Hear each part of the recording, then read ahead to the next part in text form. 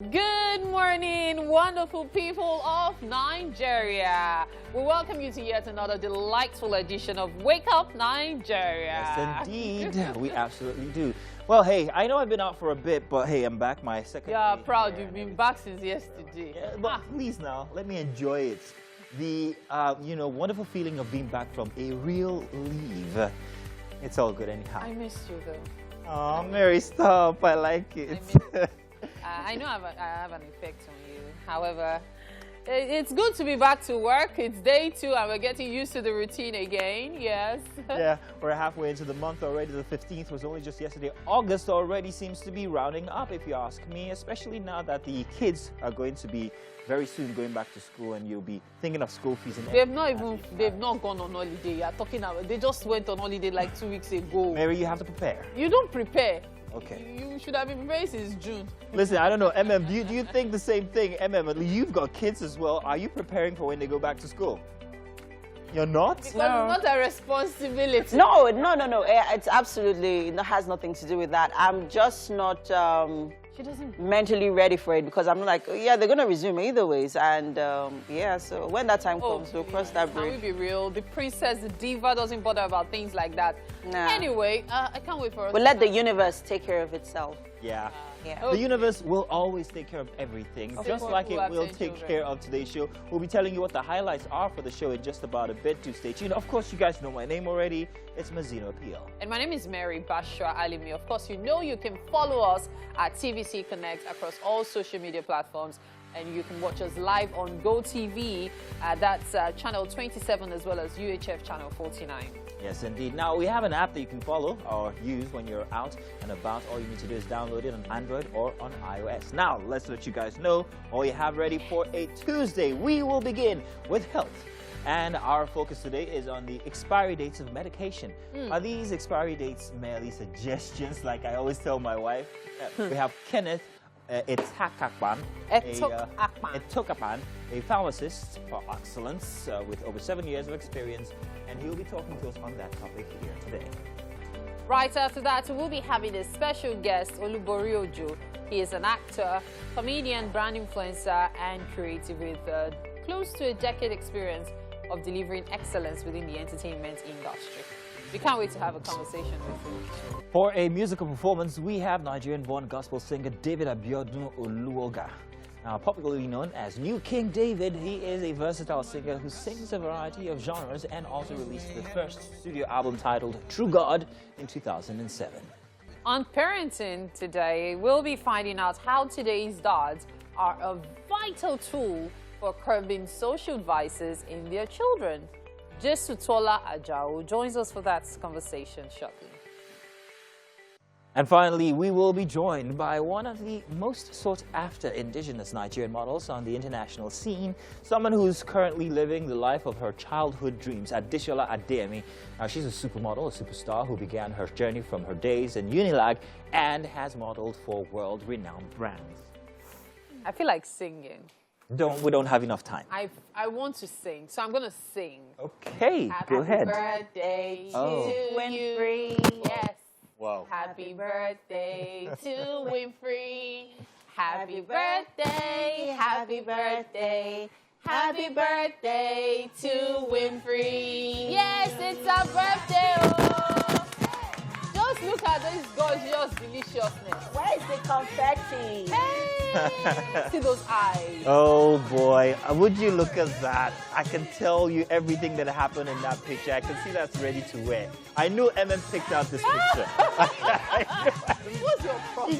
It's a good thing. Good, fantastic, it's great. So you just say you wanted to sing now, I was expecting something What? nightingale level. What? Like, this is a happy. This is happy birthday, Mary. You're looking for an Oprah experience, go to the Oprah. Yeah. Thank you. But anyways, they happy. do stuff like that. It's about Winfrey today, yeah. I just wish about Danny. I wish happy when birthday. people tell that it's their birthday, they would tell us their age until then. Yeah. Until then. I don't know. How to do it. We should be telling us age, but it's all good. Good to have you guys here, and it's good to have you as well for a Tuesday edition.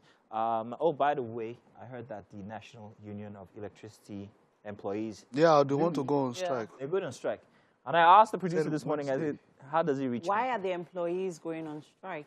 Well, they say they have pending issues with their employers, so they're just, okay. So because you don't have electricity in your area, those of us enjoying electricity should not worry. I just wanted to say, it's not that there's no electricity, but because it's so epileptic. I never know when it's even on or not. You know what? I feel that's like your I feel like we've gotten to the point where if you're working in an organization or like in a federal parastatal where, your dues are not met, just do it for us because we are all bearing the brunt. Let's all be our brother's keeper. Let's be each other's keeper.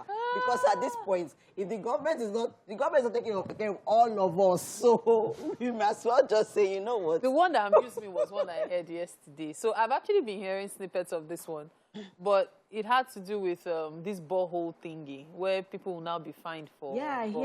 Thank you for staying tuned. Time for the news update on Wake Up Nigeria. I am Mary Bashua Alimi.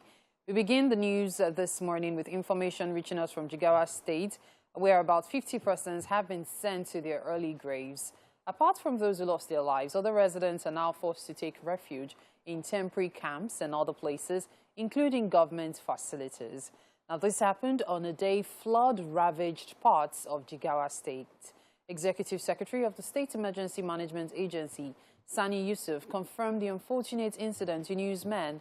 He said some of the victims are from Balango village, where no fewer than 237 houses were destroyed, with 4 persons dead.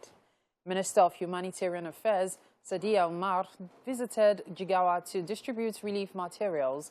She was in the state alongside the Director General, National Emergency Management Agency, Mustafa Habib. And as residents of Balango village in Jigawa State are adjusting to the new realities facing them, one ISWAP bomb maker, Modu Tabjid, 3 other terrorists lost their lives in a shootout with troops of 25 Brigade Operation Hadinkai in Kumala village along Maiduguri-Damboa Road. According to counter-insurgency experts in the Lake Chad region, Zagazola Makama, the ISWAP fighters ambushed the troops who, alongside the Civilian Joint Task Force, repelled the attack. According to sources, the ISWAP fighters detonated an explosive on one of the patrol vehicles of the troops, which was followed by gunshots. The troops engaged the ISWAP fighters in a heavy gun battle and defeated them. To foreign news now, where far away East Africa, where Vice President William Ruto is now the Kenyan president-elect. Ruto was declared winner in a closely fought poll. A few minutes after the announcement, he vowed to work with all leaders. This move is aimed at easing tensions after the outcome sparked a split in the Election Commission and fears of violence. According to the official results, he narrowly beat his rival, Raila Odinga, taking 50.5% of the vote. The announcement was delayed amid scuffles and allegations of vote rigging by Mr. Odinga's campaign. 4 of the 7 members of the Electoral Commission refused to endorse the results, saying it was opaque. But this is this is just about what we know about the elections. And that's it on the news update for this hour on Wake Up Nigeria. There's so much more to come on the show. Please stay with us. Well, you're welcome. It's time for the dailies now. Let's let you guys know what you will be waking up to when you grab a daily this morning. We are going to start from The Nation newspaper. And this morning, front and center for The Nation, this headline meets you. Ayu to Wike, others, I have no plan to quit PDP chair now. I was elected for 4 years. Absence of Atiku's men stalls peace parley. At the top of The Nation here, 19.64% inflation rate, highest ever in 17 years, say NBS. Rate jumps by 1.82% in 1 month. World Bank ex-LCCI chief worried, as he should be. And NCDC confirms 15 monkeypox cases. Electricity workers set to battle TCN. And Osun Osiek chairman alleged threats to life. And commercial activities pick up in Southeast. At the very bottom of The Nation, we see this headline: federal government not sincere about ending strike, says ASU. Union meets education minister, others today. Well, let's hope there will be an end to that one. Let's move on to our next daily this morning, and that is a News Direct. First headline here: outrage over 17 years highest inflation rate of 19.64%. Political leadership reason for continuous increase, says Oyedokun, and current administration has brought retrogressive policies on economies governance, say Odewale. At the top of the News Direct front page this morning, MSMEs financing BOI concludes another €1 billion landmark transaction as e-payments hits 204.5 trillion naira in 7 months, say NIBSS. Ogun to offer free pediatric surgery for 200 children. And at the bottom here, bandits attack Catholic priest to grow kidnap for ransom business, say Hariwa, and Intel, APM terminal, others owe FG $753 million and also 1.61 billion naira. That's the MPA as they lament. And let's see another daily for this morning, the Daily Tribune, the Nigerian Tribune. And this headline here, I have not resigned. I have 4 years mandate, says Ayu, that we saw on the previous paper. And Atiku Wike camp failed to hold reconciliation meeting. Atiku in fresh move to galvanize support in Southwest. And at the top here, experts decry Nigeria's penchant for abandoned buildings, say over 50,000 buildings valued at 9.5 trillion naira wasting in Nigeria. And finally, inflation rate rises to 19.64%, highest in 17 years. It's a headline most of the papers or dailies for this morning is carrying to show you how much of a topic it is. And that's all we can do for the papers this morning. Thanks for joining us. Do stay tuned. It's only the beginning for Wake Up Nigeria. We have more coming your way. Stay tuned. And you are welcome. It's time for the What's Up and About. Yay! Yay! Yeah, Yay! quickly, let's get right into it. A few interesting conversations that happened on Twitter over the weekend. And this particular one got my attention amongst others as well, but we'll take this one first. So this lady posts, your kids can see that you can name every footballer in your club, but don't know their birthdays, allergies, class, or school. They can overhear their mom confront you about your serial cheating, but you never have time for their open day. Tell them you were too busy providing. Yeah. And then whenever you're around, everyone starts panicking because you're the larger-than-life human deity who must be feared and worshipped. You're not approachable, the tough guy who never smiles. Your presence means tension for everyone. Tell them you were busy providing. Let me start from that tough guy who never smiles. Please, is it that, I don't know whether you were taught the same thing, but there are certain men who believe that being playful at home means it undermines their authority. No, I've heard several men say that, the way I play with you at work is not the way I play at home. Or at they home, could be taken for granted. yeah. And I'm like, I don't get it. But to that topic, first off, the person who made that tweet, is the person an influencer or the person just a regular person. A regular person. Okay, that person's talking from something on the inside. Yes. I would like to see. Might be our own Now, let's put that out there. So experience, yeah. that's her experience. So she's obviously coming from an instance that is unpleasant for her. Now, I do agree that there are certain times when people might take advantage of, social affairs and it seems like as if they're not paying attention to children. However, I do note that there are cases where women are so jealous of their kids that this is the results that you get, and that is from experience. I'm saying this from a lighter note, on a lighter note. When now. you say jealous and this is the result, please educate So me. I have a very Jealous small, of fathers' relationships with their daughters. with their kids generally. Do you understand what I mean? No, fathers and their daughters have a special kind of relationship. Always. Oh, yeah. There's that. So does that make special- you jealous? You've got 2 daughters. No, it doesn't actually, Really? because growing up, my dad and I have a sister as well, so we're 2 girls. We didn't have that kind of relationship. So my dad is the minute we hear his horn we hear it at the gates. Everybody, you pick race. You're going to the room to act like you're studying or do something. I have It's not being caught on guard. Yeah, so when I see, that's why I was actually able to relate with what she said. So I really enjoy my husband's relationships with his kids. Oh, I love it. But to the topic here about men not giving enough to bond with their kids and having other affairs, well, whether social or... No, they have the time too, rather than being with their kids. So, or other most than of the being with time, the yeah, kids. for a man, the number one thing is providing. Yeah. It's number one. And in his mind, if he has done that and over, it feels like, look, my main responsibility is solve. Any other thing is extra. If I cannot give it, bear with me. I have provided. Is that an African culture? Yeah, So It is not. so it is mostly, yeah, yes, let's provide. You know, you remember the days where you go from the days of hunting, when the man goes out, look, he just, look at the movies we watched. Okonkwo and all the rest, just go get the meat, throw it down at the woman, get it done, and just go and sit down and with their smoking pipe or with their ludo. So it's a culture. It's a culture that has been imbibed. Exactly. So providing that did not reflect the true African culture. That's the African culture which came after European influence. Look, I'm telling you the fact. The way things used to work was the man goes to the farm with his wife. That's why they used to have huts where the woman can stay to breastfeed or take breaks with the children, unless the babies are too young for her to go to the farm. Now, when you finish from the farm, the woman takes the produce, especially on days she can't go to the farm, and they come back. She goes to the market. If she likes, she should declare 1 naira. That's what the family is going to survive on. But it is she who goes to the market. So all this talk of men being in control of finances, it used to be women. And women were responsible with it. Because you will come home and say, okay, this is how much we made. Then they figure out what they are going to do with it. Women didn't have to do chores alone.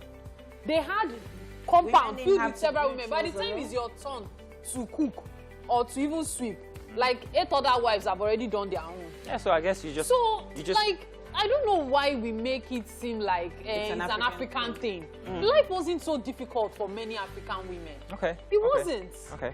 Well, Pounding of yam in some places, was it not a man? I don't think we can finish that conversation. Yeah. Perhaps maybe we can carry it over to our next hour. Yes, I think we should. If you guys have an opinion that you want to share, do so already before we get there. Use the hashtag WakeUpNiger on TVC. There's plenty more I actually would like to say, so when the time comes then. On health, today our focus, expiry dates of medications. Well, I would not only talk about medications, I'll also ask about beverages because I remember no, I don't want to indict. I was told that, see, expiry date, give it 3 months extra. If the thing is expiring in April, that means that the re-expiring date is sometime in July and all of that. But hey, come on. Expiry dates merely just a suggestion. Kenneth Etokakman is a pharmacist with excellence, par excellence, with over 7 years experience from clinical practice and all of that. He's here to talk to us about expiry dates. Yeah. Who sets expiry dates, first of all? The manufacturers? The manufacturers set expiry dates, and expiry dates are just not merely suggestions. So before you are able to come up with an expiry date, that's the manufacturers, there are a lot of clinical studies, clinical research that is done, and tests. Right, and tests that is done to be able to ascertain when the medicine or when the particle is going to be stable or out, or something called sterility, right? That doesn't contain bacteria, right? So those expiry dates are so important, right? And if you go beyond the expiry dates, it could be at risk to your health. So what is this talk now? There are times when, I think that was in what I heard that one about the expiry dates being for the containment, the container and not the product inside.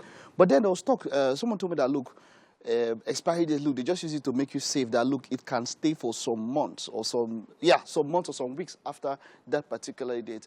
How important is it that we adhere to expiry dates? It's actually super important, right? Because, like I said, there are lots of clinical research that is done to be able to ascertain when these medicines are going to be stable and actually efficacious or potent. So if you go beyond the expiry date, you are not guaranteed the potency, the safety, and the efficacy of the medicine. So that is why it's so important to stick to the expiry date of medication. Now, one other thing that I know that could affect is also how you store that medicine. Very important. Because, yes, the where you store it could also make the efficacy or the efficiency even reduce. Yes, it could reduce. How important is storage when it comes to... It's super important. So it's one of the major factors in which you get the best out of your medicines, because storage and so, for example, there are different types of storage instructions. So you could say a manufacturer could tell you, store in a cool, dry place. That's one we see the most. Yes. I see it on mostly sachets. Yes, and all it's that. very Store important in a cool, because any humid environment or medicines that are directly exposed to sunlight could be very hazardous to the medicine. It could cause the ingredients or the components to be very, very unstable, and it could cause a very health hazard to the health. Is your refrigerator a cool, dry place? For some medicines, yes. So not all medicines are supposed to be stored because I think the temperature of refrigerator is about 4 degrees, about that, right? So, but some medicines are not stable at that temperature, right? So you need to store at room temperature about maybe 26 degrees to about not more than 26 degrees Celsius. But you know, we're in a humid temperature, environment where temperatures could range from over 30 degrees Celsius. That's why it's important that you store away from sunlight, right? Okay. That also helps to preserve the potency and efficacy of the medicines. Now let's talk about this. What could happen? What are the worst case scenarios if you take an expired drug? So the major worst case scenario is that you are not guaranteed the efficacy of the medicine. Okay. Right. So it might not it will not have any side effects. It will just not work. So that's what you're saying. It will not work, and it depends on the medication also. So some medications, if you go beyond the expiry date, it could be hazardous to the health. So for example, injections, which are very unstable, right? If you go beyond the expiry date, it could, because that one goes directly into the systemic circulation of the body. So if you inject an expired injection, it could cause a harmful effect to the body. That one is on the doctors because we don't ask to see. No, should we ask? Can we ask? Yeah, it's your right, actually. Because I think that if I see my doctor and I ask, the doctor might say, "Are you trying to say I'm incompetent?" No, it's actually your right. It's one of the patients. I could ask. Yes, you could ask. I could ask, and they will show you. And they will show me. They will show you. So, though, can this degrade if you take a medicine, something that's inspired? Can you have a terminal issue? Can it degenerate into something that serious? Because at times it's possible. People need we to cannot know. rule it out. Yeah, Okay. it's possible. But the major thing is that the major things manufacturers will tell you is that we cannot guarantee the efficacy, the stability, and the potency of the medicine past its expiry date. Now let's come to maybe beverage and all of that. Yeah. Does all of this apply? It applies. Beverages It applies and because all these it's other ones. food, right? It's food, and you're taking it into the human system. And it's the same type of research and clinical studies that is done for beverages and everything. So that is why they are able to ascertain the dates and everything, that beverage is stable and potent and also safe to be consumed by the human, right? So it's also important to adhere strictly to. And then maybe this might lead us into maybe the discourse about fake drugs and all of that. Is there any way for one to verify these kind of things electronically? Because this is the reason why I'm asking. There are some packages that you see that. Look, checking for the expiry date, you turn to Indiana Jones. Like, you have to search, you have to go around. And at times when you see it, it's not clearly visible. Right. Why is that so? Shouldn't dates be clearly visible? Shouldn't they be in large print? Because there are some of them that are so hidden, and then the print is very small. Yeah, you're struggling to even see them. Yeah, so are they intentional about not wanting you to know the expiry date? No. So it's actually one of the regulations, right, that the regulatory agencies like NAFDAC always tell manufacturers to make sure the expiry date of the medicines or whatever, it's clearly written on the pack, right? Because this is so important, because you're also protecting the health of the consumer by putting it clearly so that the patient can make an informed decision on taking the particular medicine. So they have to make it clear, but it is not the case. It is not. It is More not. often than not. More often than not, yes, exactly. Let's put it that way. That more often than not, that is not the case. You have to struggle. And sometimes it could also be in the package inserts, right? So if you open the medicine and you know there's a leaflet, it could also be there. So you can also check there for the expiry dates of medicines, right? It could be there. Thank you, Doctor. And this was quite well, for you out there enlightening. Hope you get to listen. Ensure that you know. So are you saying the last time you should take it, maybe could you give a window, like just before maybe a week to when it expires, so for example, let me make a very practical example. So if a medicine is expiring July 30th, July 2022. So the last day for you to use it is July 31st. Okay. Right, after that, just drop it. Wow. Yes, yeah. I saw some very beautiful medicines there that my production team put together. Those medicines make you almost want to be sick because they were very fine and all of that. But hey, thank you so much, Doctor. That was a great one. Okay. All right, let's head over to the kitchen, of course. Ensure that you have 5 minutes. Don't pass your expiry time. If not, you'll be unuseful. Welcome, guys. We're here in the kitchen, and making his debut on the show today is Chef Fola's dad. Welcome. Thank you. Yeah. All right, so this morning he's taking us to Italy, guys. Right. You know, pasta is one of my, it's my all-time favorite dish. I love pasta. I think pasta is everybody's favorite dish. And you bring in, you know, a bit of Italy sauce here with your tagliatelle arrabbiata. Arrabbiata. It actually sounds Yoruba. Arrabbiata. I'm sure it means something. Yeah, okay, actually, because it is a right? spicy dish, I think the atta at the end. Come on. See?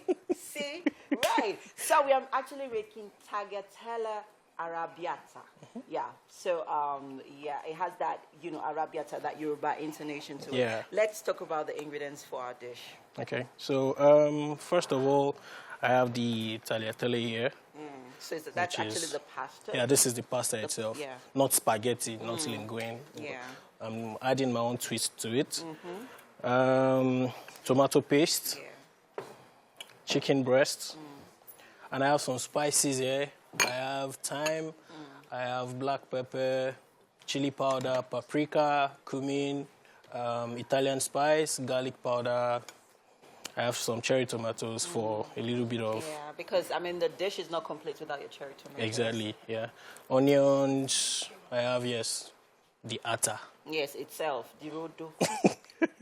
I have some garlic because what is pasta without garlic? Yeah, and I have some parsley for the end. I have some Parmesan cheese and butter. Okay, so what's the role of the Parmesan cheese here? Just for finishing, more like the topping, so that I can add a little bit of, a little bit of, Let's take that away completely. we should take it away, okay? Yes. So go ahead. Yeah, so that's for garnishing your dish, just to add a little more taste to it. Oh, okay, great. Because, Parmesan cheese has a certain flavor. Yeah, it has exactly. a certain flavor that it gives to your dish. So And what's a cheese creamy and- pasta without cheese in it, right? Yeah. Great. And then our butter? Yeah, the butter is going to be for pan-searing my chicken and also making... The tagliatelle. Yeah. Okay, great. So what are we starting with? I see that you're working with a lot of spices. Yes, we have yes. Italian spice in there. Cumin. Guys, that is one rare spice, right? One rare spice. It's not an everyday spice, not something that you can just, get off the the it's store. quite common, just that a lot of people don't go to it. Most Nigerians will go for curry and thyme and... Yeah, and that's it. Go right. Right. So let's get cooking. What are we starting with? Okay, so I'm going to start with seasoning my chicken. Okay. Yep. So and I'm going to cut them. Okay, is there a certain technique? So first, I have to pat it dry. Okay. So that the seasonings, the spices can go inside. in, okay. Yeah, because if I do it wet, it's just going to be on the surface. It's on not the going to surface, go and once into I'm the working chicken. on it, the water washes it off, basically. So allow me to use this So you kitchen have to towels do this carefully. carefully. Okay. Yeah, so that I don't have remnants of this guy on the chicken. Okay, great. If you're just joining us, people, with me in the kitchen this morning is Chef Fola Stag, and we are making tagliatelle arrabbiata. Arrabbiata. It's a very, Let's very call it long- like the Yoruba people. Exactly. Let's just call it what it is. I think it's going to work for us. Exactly. Yeah. Because What are we having? right. On your screen right there, people, are the ingredients. Of course, we've got a bit of alcohol to For wake up the tanginess. flavor. Exactly. Right. Exactly. Basically, just, activate all of the flavors that we're working with, since we're working with a lot of spices here. Chef Stag is getting to work, as you can see. We're, stripping up the chicken breast. Chicken, so we're going to put them into... marinade with our spice, and then we're going to get pan-searing in a bit. We're not letting you out of, today's dish. We're letting you into the process for our meal today. So don't go anywhere, people. We'll be right back shortly. Stay with us. You know what? I'm actually going for an audition. I missed my way, sort of, and I met you. Thank God you are convinced. If you're convinced, then the judges are going to like me. What did you ask for again? 2K. They locked your house. Just know something, eh? No amount of urgent 2K can buy you a land. Talk less of building you a house in Banana Island. I should have known how much line you were telling. Shall take. Onimro, beggar. Wait, come back here. Me too, I'm going for an audition. I'm hustling too like you. I will need transport to go home. Let's share it. So do your audition. Take 1,000, I take 1,000. But I wish me good luck now. I'm in a state of shock. Oh, wow. Well, you already saw the video, so you have a fair idea of who our special guest right now is, talking about Olubori Ojo. He is an actor, comedian, brand influencer, and creative with close to a decade experience of delivering excellence within the entertainment industry. He is the creator of Seriously Bori, a global comedy brand where he employs the unique blend of fun and method acting to deliver rib-cracking comedy content. And it is indeed quite a pleasure to have him in the studio with us today. How are you doing? I'm doing great. Good. Please, whatever we do today, whatever our conversation is, do not ask me for urgent 2K, or else I'll collect everything in your account. Well, let's see how that goes. I am not joking. You're looking like 2K already, I'm telling you. You see? Okay. This acting career of yours, you know, many people just stumble into it. But you are somebody who studied theater act. Yeah. What is it about acting that you find so exciting? Okay, so there are things in my head that, because of my background and because of the kind of person I am, you know, I wouldn't do in real life. But acting just gives me the privilege to do them and get away. You can commit crime and get away with it. You know, you As can. an actor. As Because an you actor, are pretending. It's you not get, real crime. You get. No, I had fantasies that I cannot do in real life. So these are just the things that I love about acting, and the fact that we can take the size of the society, you know, and present it back to the society. So I feel like I'm doing a lot of work. I feel like I'm doing better than the president. You know. With two parents as pastors. Oh God. One would have thought that you would definitely end up a lawyer or something that can enable the ministry. Yeah. So what did they think of when you told them you wanted to study theater arts? So I was this close to going for deliverance. Wow. Yes. Okay. Even as a matter of fact. Why were you this close? You didn't end up in getting delivered. You know, they said I have affinity with the word. You know, I've backslided. They don't know what's already in your head, the fantasies. You know, I'm not a child. A lot of things. Because why would the son of a pastor just decide that he wants to... Pastors, thank you. Just decide that you want to be an actor, is a profession of the world, is worldly. You can't do acting without being fetish. You know, those are the things I heard growing up. You know, what I do outside, you know, is then from what they see inside. While I was in the secondary school, I was heading the drama group. I was doing a lot of things, but they don't know. You know, so people would watch me and see me at home and say that, your son, if you see what your son did today, we're just laughing and all of that. And that was a life I lived growing up. It was tough. It was like living two lives. You know, and I have to live it well. Very well. You understand? I have to be a pastor's son and be an actor. You know, so all of the things I'm doing now, I think those were the rehearsal ground because you mustn't get caught. So you've been acting all your life, literally? Kind of. So how did Seriously Bori come into play? Seriously Bori. Just a couple of years ago, that's when we gave the name Seriously Bori. But I've been doing content for a very long time, you know. On social media or just it was church? So I've been doing it outside social media. Okay. I think in 2018, and someone just prevailed on me that you must go and create. Was it 2018? You must have an Instagram, and you know how you do things, and people that are around you know that you can do that thing, and you yourself are saying like, I've just been doing this thing. Let it just flow. And the person said you have to be deliberate about creating content and all that. So one night I was just thinking name. So my name Bori and Seriously Bori. I just thought seriously, you know, because I'm one that I might put out comic thing with a straight face. With a straight face, obviously. Yeah. We saw some of that. Now, Bori, I'm just wondering, your kind of content, you know, we see a lot of stuff on social media in particular, skits and the like. But then I really would like you to tell me, what exactly is your focus? What is the aim of your content? Your kind of content, what is unique about it? What do you intend to serve? Okay, so I'm quite witty in my delivery. I use porn, you know,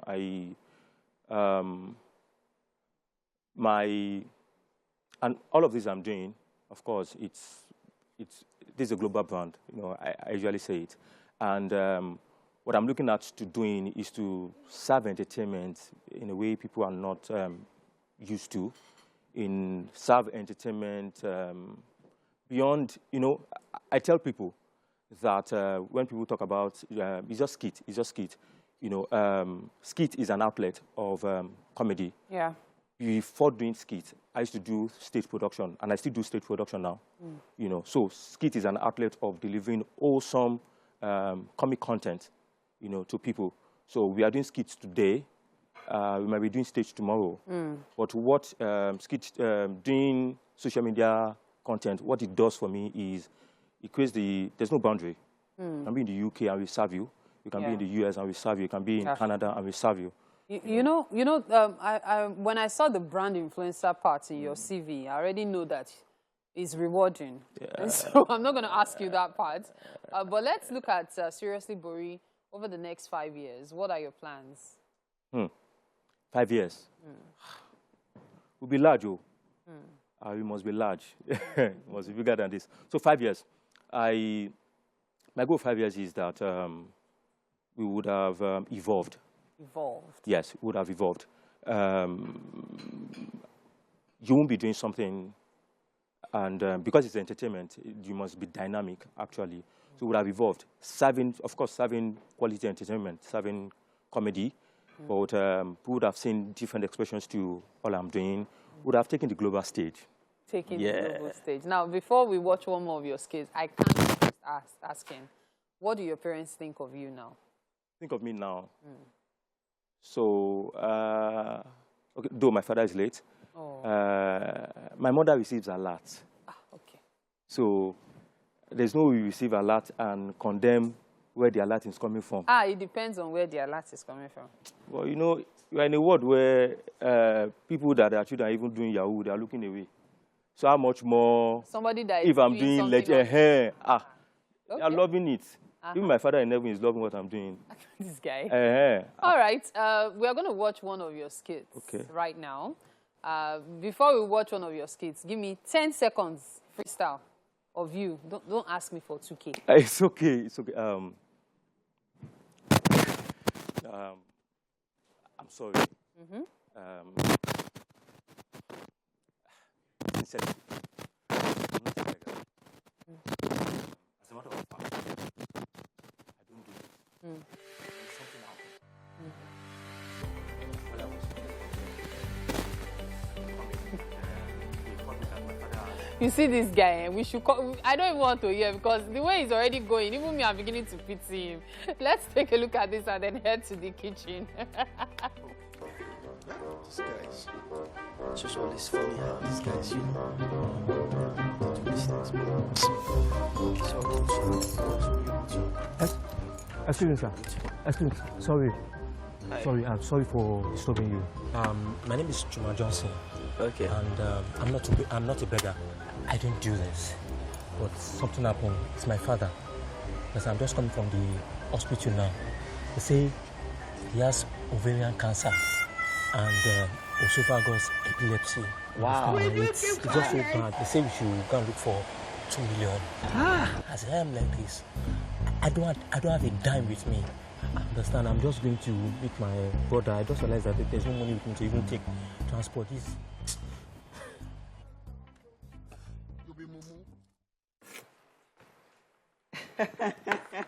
Funny skit there. May we never have esophagus epilepsy. Amen. In the kitchen here with me is Chef Fola Stag, and we're making tagliatelle arrabbiata. Yes, it sounds Yoruba-ish, but it's actually an Italian dish. Quickly, Fola, let's get right to the ingredients and where we're at right now. Let's go. So I'm trying to make some garlic for the pasta. Let's run through the ingredients first of all. So chicken breast, precisely.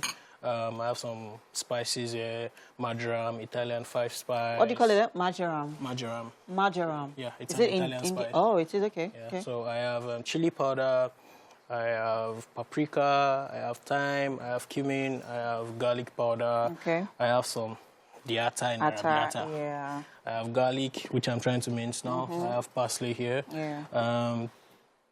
Parmesan cheese, tomato paste, butter, and yeah. the tagliatelle itself. Pasta, yeah. Great. And we have onions here as well. Onions as okay, well, so yeah. quickly, I see that we need to marinate our chicken breast so for that a we can few start minutes. pan-searing. So for this, I'm going to throw in some black pepper. Okay. Some salt, which I did earlier. Garlic powder. Yeah, so basically all of the spices going into the chicken. Well, not all. Okay. Because I won't be adding the Italian 5 spices. Oh, okay. Yeah, I'll be using that for my pasta. For the pasta Yeah, itself. so okay, some great. cumin here. Okay. Some paprika. Paprika is not spicy, so it's just for the color, just for a Give it little a bit bit of redness. okay. Yeah. And what else? Thyme. Okay. So the only thing that's not going into this chicken is For now. Italian spice. Yeah. All right. I So prefer to use that in the pasta for the pasta itself. Yeah, Great. So I'm just going to massage everything. Okay. And then what are we using to pan-sear? So we're going to use a non-stick pan here. Yeah. What are we using? Vegetable oil or butter? Butter. Okay, great. And then when do we begin prepping on our... So yeah, tagliatelle? I already have some water on the fire with some salt in it. Okay. I'm going to boil this for 5 minutes. That's the preparation time. All Because right. you have to prepare it Okay. with the preparation time. Okay. So I'm going to throw this in here. Okay. And then when it's cooked for 5 minutes, what 5 happens minutes, next? we take it out. And then? And stop the cooking by adding some cold water. Okay. You can add some olive oil so that it won't stick. Okay. And yeah, we're going to pan-sear our chicken. Okay. Take it out and then... Wow, it's still a lot of Step work by that we step. have here, we have to do here in the kitchen. But it's the top of the hour, guys. We have to go quickly. There's still so much more to come. And of course, we're not letting you out of what's happening here in the kitchen. Stay with us. We'll be right back shortly. I really enjoy working with you, Mazino. Don't do I this. missed him. I did. Jennifer is watching. Oh,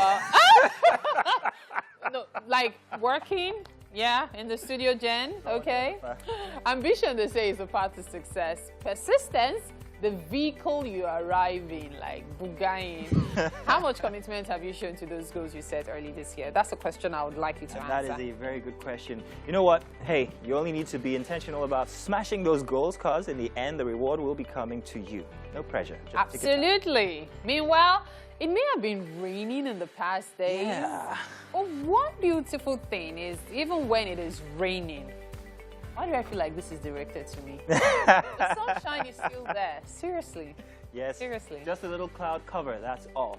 And yes, we know that the sunshine here today will be because we are delivering it to you at home. That's what we do here. Don't worry, I already know. That's what Ain't we're no paid for. sunshine when I'm not That is one of my best tracks of all times. Guys. Yes, I love it, absolutely. Which is why I'm here right now. It's all good. Good to have you guys in here for the second hour for a Tuesday edition. We can't wait to take on the rest of the show and to have you guys here with us. My Yes, name, sir. of course, is Mazino Appeal. And my name is Mary Bashua Alimi. Watch us as we get you entertained this morning.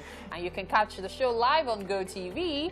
You find us at channel 27 and of course on UHF channel 49. You can also stream the show live at tvcentertainment.tv and on Facebook at TVC Connect. And we also have that app that you guys should be downloading right about now. Android, iOS, wherever you are, whatever you use, it is for you to carry along everywhere you want to go, anywhere you want to go, anytime you want to go there. Absolutely. So let's check out what we have left for you on the show this morning. For a musical performance for a Tuesday, we have Nigerian-born gospel singer David Abiodun Olawoga, popularly known as the New King David.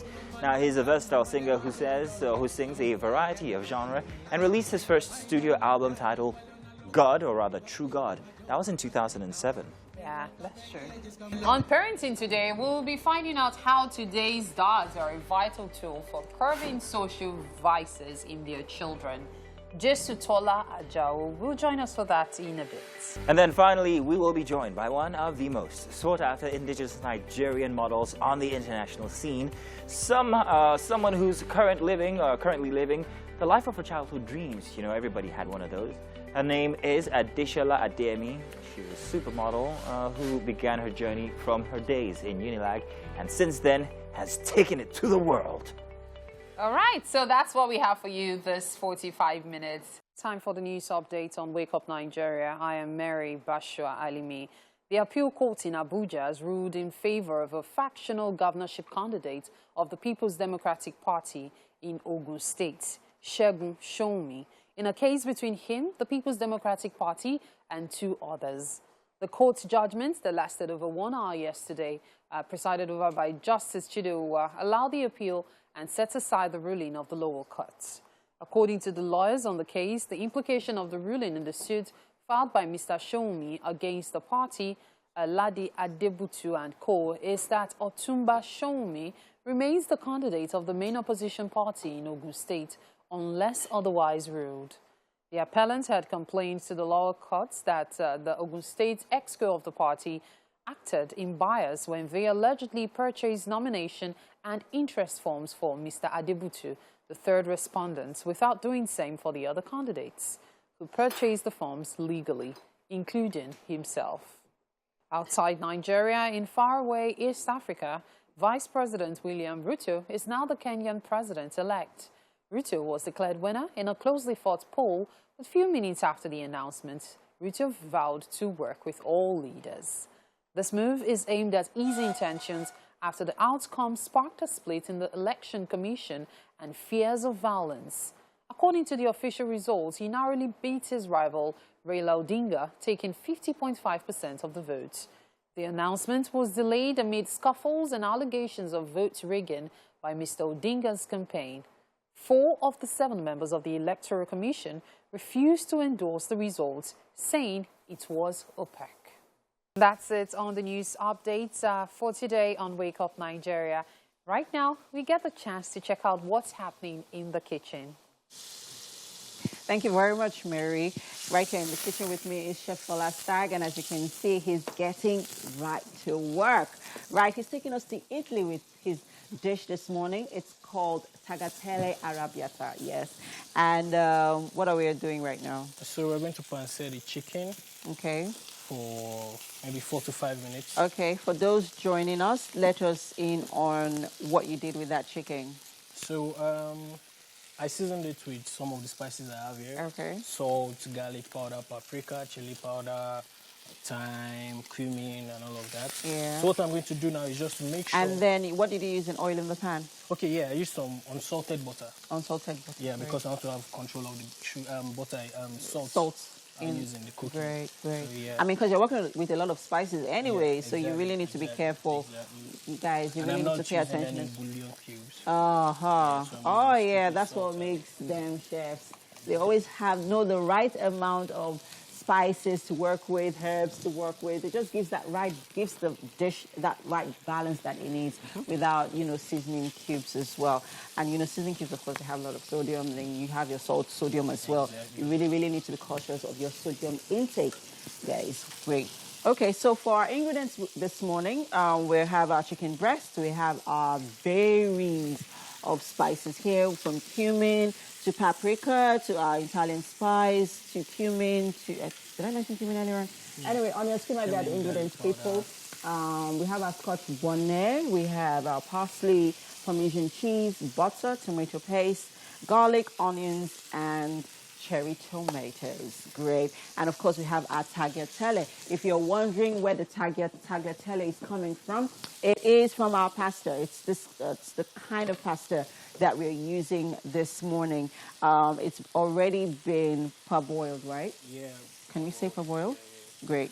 It's kind of soft already, though. Yeah. So it's not supposed to be really soft, so that I can maintain that firm filling, so that I can get it. Oh, yeah. Nice. So we are going to. So what's going on with our chicken so far? Yeah, I'm just pan-searing it. Okay. I'm not cooking it. I'm just making sure it is white. Well, I'll know when it is done when it is white. Okay. All true. Okay, and then when it's ready, what's next? I'm going to take it out. Okay. And then make sure the process for my, what's it called?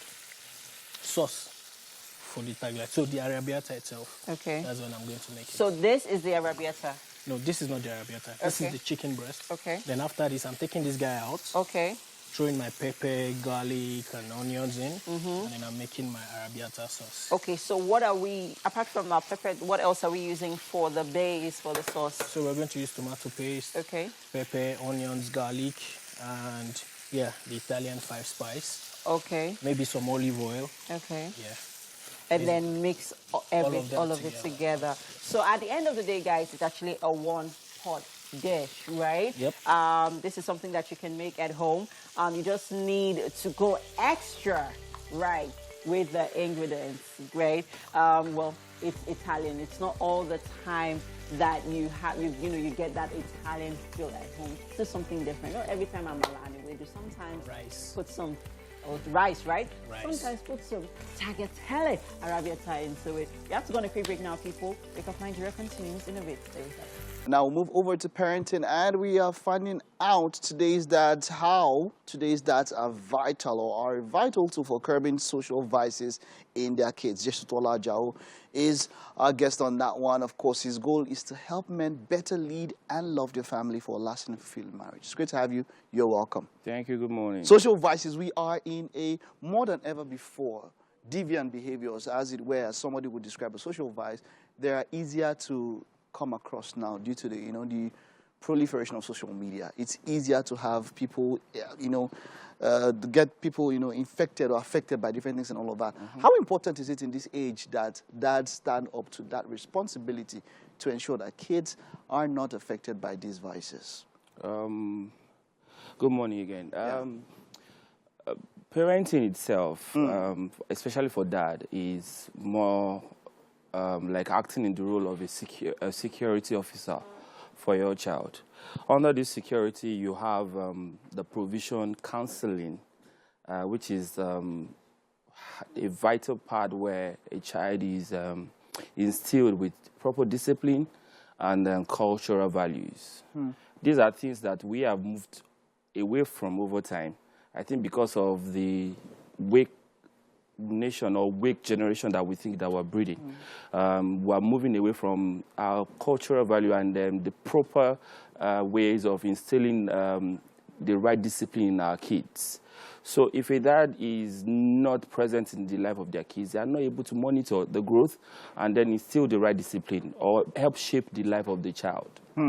Now, you see, something that you mentioned, they are supposed to, you mentioned provision. Is there any scale of preference? Then you mentioned counseling also. What was that? Yes, I said under provision is counseling and guidance. And guidance and all that. When it comes to what the needs are for a dad to their children, is there any scale of preference? Is there anyone that comes first, or do they all? Is there any? Do you rate them? Are they rated in their? How important are they? Is there a scale of preference? No, they are equal. They are equal. The same way you want your child to attend the best school, it's the same way you must be very certain that your child is well behaved. Because this morning we had a discussion where we spoke about how African dads these days, they think provision and that's it. They make sure that they provide for the family, provide for the kids, and then after that they don't care about checking for the kids and all of this and all of that. I think it's because of the way the society is shaped right now. Everybody is hustling and bustling to make money. Exactly. So they do not have time to actually check out. So in the midst of this, in the midst of the hustle and the bustle, and in no time, how do you do it? I mean, think about it. I leave work. I leave for work 5, 6 a.m. I probably get the kids to school. And then after, I'm in traffic 3, 4 hours at the end, and I have to come back late at night. How does it, Dad? Your weekend is 100% enough for you to check your kids out. If you're at home, if a kid is bad behaved, you're going to notice. Your weekend from Friday night till Sunday evening, and you're with your children, you're spending time with them, definitely you're going to have some insight into how they are. That is why it is important for you, whatever it is that you do from Monday to evening, no matter how much you spend in traffic at work, your weekend is very important for you to spend with your kids. To try and create time. Because some people want to fix jobs even at that weekend, but make sure you create the time. That's what Yes, create time to spend with your children, to check them out. It is very, very important. If you provide the best of schools, the best of accommodation for your kids, and you do not check them out in terms of their behavior, then you're failing as a father. As a father. Yes. Now, let's get into the era social media, because that's where they pick up a lot of this, these vices and all of that. How do you curb it when it comes to that one? The same way you try to check out their behavior is whatever it is that a child learns online, they come to practicalize it. If you're not there to see it, you won't be able to know. Whatever it is that any child learns online, they already try to exhibit these character traits at home before they take it out there. Whatever it's been influenced by social media or by friends, they will first exhibit them at home. If you're paying enough attention, you're going to see it clearly. They should pay attention. Yes. There's this area, there are parents now who, in quotes, have apps or softwares that they spy on their children's internet and social media activity. Do you encourage that? No. No. Why not? Why I said no is that a child needs you to first trust them. That is why it is 100% important for you to bring up a child in the right way. So at a point in time, you can give them a space of trust. When they see that you do not trust them, they tend to try and outsmart you. So you must also build trust with your kids. You must ensure that you're doing a good job also, so that they can trust you as well to be able to tell you what's going on in their life. All right, then how do you advise when relating with their friends? Because now I've seen scenarios where a kid is brought up in some particular kind of way. It looks like everything's going on, and then they get to their peers, and in a short while with their peers, just because of pressure, we call it peer pressure as the case may be. At times you see them even things that they've learned, they get to almost trivialize because they're trying to impress. They're with their peers. They're trying to, feel amongst with their peers, trying to impress and all of that. How do you talk to a kid, or how do you relate with a kid who is having issues with peer pressure? Build your confidence. I grew up in a vicarage where my dad always says that, well, you have to stand up tall all the time. Standing up tall means that nobody can actually influence me in a negative way. So you also have to build that confidence in your child, that your child must know how to stand up tall and be in the right behavior. They know the consequence. Wonderful. All of this, but from what I can pick the most is spending time ensuring paying attention to the kids. So you can pick those things that they pick out. They will show it in the house. That's what you're saying. Yes, thank you very much. It was great talking to you. Right, hope you're able to pick something there. We'll take this time out now. Don't go anywhere. We'll be back with the final guest on the show. Ah, yes, I've been waiting for this segment, and finally we are here. We have been joined by one of the most sought-after indigenous Nigerian models, and I say that in no small way, on the international scene. Now, someone who's currently living her childhood dream. It is so good to have her here. Her name is Adisola Adeyemi. She's a supermodel who began her journey from her days in Unilag, and yes, she's made it to the world. It's like from Unilag to the world. You are welcome, Adisola. Good to have you here. Good to have you too. Thank you for having me. Look what they've been talking about. But of course, you are indeed a supermodel. And I'm so interested in your story. I mean, starting from here in Nigeria and making it to world stage. When it comes to fashion, it is a big deal because you model for big international brands. And that means plenty of money in your pocket, doesn't it? What did you say? It means plenty of money in your pocket. I can't say. But tell us about the experience from starting here in Nigeria, here at Unilag, all the way to the world. What was it like? How did you start everything? So I always wanted to be a model, basically, and I got inspired when Agbani Darego won Miss World. And I would always look myself in the mirror, and I didn't grow up thinking I was beautiful because I wasn't told, by parents and stuff like that. I was always compared. So I always just try to self-motivate myself. And when I stand into the mirror, I'm like, I can do beyond. I'm beautiful, and the world is going to appreciate my beauty. And I got into the university. My parents actually told me to study accounting because I was quite really good in school, but I didn't have any interest in it. So I was very unhappy about that. And told them, I'm going to do this for you, but when I'm done, I'm going to drop the certificate. I'm going to do me then. Yeah, I'm going to do me, So when I got into university, you get some freedom. And then I decided, this is the right time to, pursue modeling.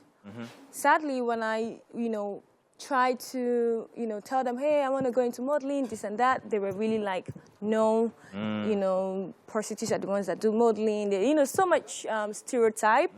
So I had to go beyond, and be more assertive on what I really want to do. And it was funny that I didn't have an agency while I was in University of Lagos. So how did you manage? Well, I used to wear heels to class, and I would wear heels in campus, and people would be making fun of me, like, why is this one always wearing heels?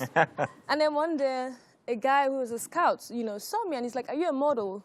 And I was like... Where did he see you? Where did you meet that opportunity? That's what I'm very curious about. We're just walking on the road, and you're just like, hey, fine girl. Yeah, I don't know if you know Unilag well, the campus. Yes, I do. Okay, it was just right in front of the, I think it's like a Catholic church. Okay, yeah, I know there. Yeah. Yeah, so that was where I was. And then I used to actually get a lot of attention from people because I always wore colors. Like you would always see me in pink, pink, pink. Yeah. Or like purple, purple, purple. I can see that already. I know your type. I know your type very well. Now, now that started modeling for you here in Nigeria. Yes. And that opportunity got you outside of the country. What is it like modeling outside the country? Is it anything like we've seen here in Nigeria? I've been privileged to be with models for one of the model festivals that we had, or rather fashion festivals that we had here in Lagos. And I know that it is no small feat. I know that it is quite the energy that you need, the standing about for hours, sometimes 24 and all of that. Is it the same outside the country or even, well, worse? I would say it's totally a different perspective. And to be honest, I'm really grateful that I model abroad now because you're more respected. It's seen more as a job. And while modeling in Nigeria, I had like some things I was really unhappy about, like how models were treated or how they were talked down. Tell us about it. Talk to us about it. First of all, you're paid peanuts. And, it's really unfair how you're on set with other creatives and everyone is like, talking down on you. So that was one thing everyone knows Desala for. I don't care when I'm on set with everyone. Right from when I was in uni, like I've always been an outspoken person and very assertive. I like to be treated with respect because I knew that regardless of modeling, I was an educated person. I was studying accounting. And that's what you get outside the country. People respect the fact that you actually have a career in modeling. It's a real job. Yes, it's a real job. And then, models are well respected. They don't. So while my experience right in Nigeria was like, I remember I was schooling. And these clients also know like you're a student. I'm just trying to make another means of like income, And then they bring you on set and leave you like 7 a.m. and you're finishing at 10 p.m. Yeah, that's rather bad. It was wrong. And they don't even like help to like pay for your transport and they give you like little money. So they take advantage of you. They exploit you because you're actually a student. You're trying to, make a living, a small living from it. Yeah, basically. And that's different outside the country. It's very different. Outside, like I remember my, first experience, I literally was begging the clients when they told me, I'm used to working like 8 hours, 10 hours here, and like, they don't give you food on set sometimes. That's here in Nigeria. Here in Nigeria, like how it used to be, right? So my first job, I went on set, and my call time was probably like for 8 a.m. And the call time wasn't that I was working. It was for me to have breakfast and relax. You're talking about the experience outside Nigeria. Outside Nigeria. It's very different. Very different. So I was very confused, like, I'm here to work. And then after, like, having like my breakfast and all, I started shooting. And, I was trying to warm up, all for them to say I was done. Oh, wow. And then this was a really, big client. And I knew, like, okay, they were paying me, like, extreme amount of money compared to what. So I went to them, I was begging them. I was like, I can do more. I'm not done. I can imagine. We're looking at some of your pictures now, and we can see very, very beautiful pictures. I don't know if this is from your experience here in Nigeria or outside the country. This is outside. This is outside the country. It is mega beautiful, I must say. But if you were to look at somebody like maybe somebody that has a potential, what would you be looking out in that person when it comes to modeling? Just like you were picked out in front of Catholic Church instead of Unilag. Right. What would you be looking out for in a potential model? One thing I'm a fan of is personality.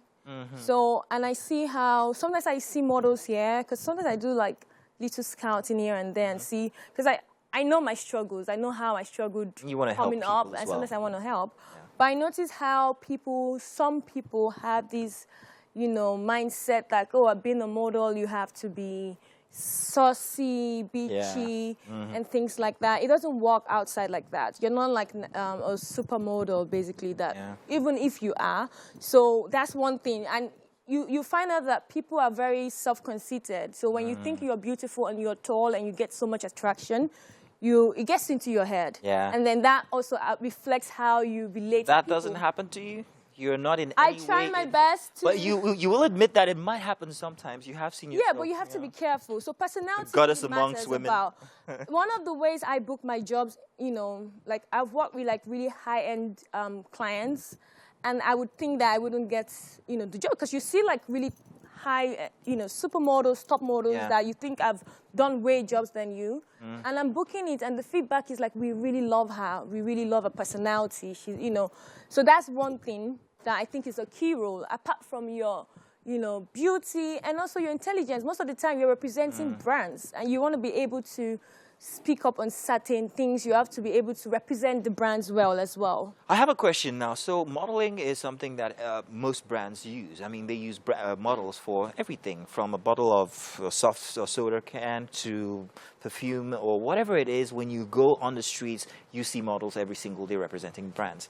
Now, in Nigeria, I don't know how much people get paid, but I have a similar experience when it comes to voiceovers, so I can tell you that they don't get paid enough. However, as a supermodel from outside the country, what would you say to these agencies or brands or establishments who utilize people who are models for their business in terms of trying to make it a more, what's the word now, a more well-structured profession? What would you say, how would you suggest to them that they structure their organizations with your experience from outside the country? I would just say, packaging is everything, being a Nigerian, right? So there are ways that you can, present your models that you put them away from the stereotype that people see them as. What about pay? What about how much they get? Do they get enough in Nigeria? Do you think? I've been out of the modeling business in Nigeria, and I'm really concerned about that. I am trying to do some research to see how models are being paid, but I don't think that they are being paid enough. I feel like they're still being taken advantage of, because there was a time I have like some of my colleagues in New York City, and they told me when they know I'm from Lagos, oh my God, I used to do, there's a particular show I don't want to mention, and they told me how like they used to, like this particular show in Lagos would bring international models in, and then they would pay them, like thousands of dollars. I mean, like really thousands of dollars. Yeah. And then they pay the Nigerian models. The local models. Like 100K. Peanuts. Yeah. And that's the disparity I'm talking about, and I'm wondering if you have suggestions for the... Honestly, I just feel like it's the industry in a whole. Yeah. Like, if you don't show respect to this industry, like, the models... Individuals in the industry. How do you actually think you want to pay them? They are what this pay. If you don't, if you're treating it as just random job. Well, Deshala, I'm so glad that we have people like you who have experienced both places, here in Nigeria and outside the country. Right. Maybe you bring back some of that to the country here, and we can actually have a well-structured industry eventually with people like you. So we're looking forward to your agency, perhaps, maybe sometime in the future. Yeah. And you do have a fantastic smile. I'm sure you hear that all the time. It's okay. Deshala, thank you for coming. Good to have you so here. Much. We'll be looking forward to more of your endeavors. And, of course, hey, don't keep us out of the loop. Anytime you have any international gigs, let us know so we could, I'll fly over. Thank you. Thank you so much. Now, we've got just a little bit time left inside of Wake Up Nigeria, but at this point, we have to go to the kitchen because it's still steaming in there. I think we're ready already. Aren't we, MM? Yes, we are ready already. And then of course, that supermodels, they don't always have cheat days. Exactly. So Adeshola wants to keep it cool today. Yeah. So over to you, MM. Well done, Chef Fola Stark. So our tagle arrabbiata is ready. And I forgot to mention that he's also a food photographer. As you've noticed earlier on, he was trying to take pictures of the food. A lot of love went into this meal, right? Yeah. Great. Well done. Thank you. Okay. So Want to tell us how we got here? Just very fast. So after I panted my chicken, some garlic went in, some onions, arrabbiata, atarodo, some vodka. That's optional. Depends on your taste. Oh, why must not jumping around? So you can have some Mazino, it's okay. Okay, so on behalf of Adeshola, you are doing on behalf of Adeshola. Let's not fight. Guys, we have to go now. Thank you all for being part of the show. And to all our guests, we appreciate you. Have a great day. There's lime lemon. Bye. There's no lemon. Bye-bye, everybody. The tangy taste. Wow. Yeah, it's the...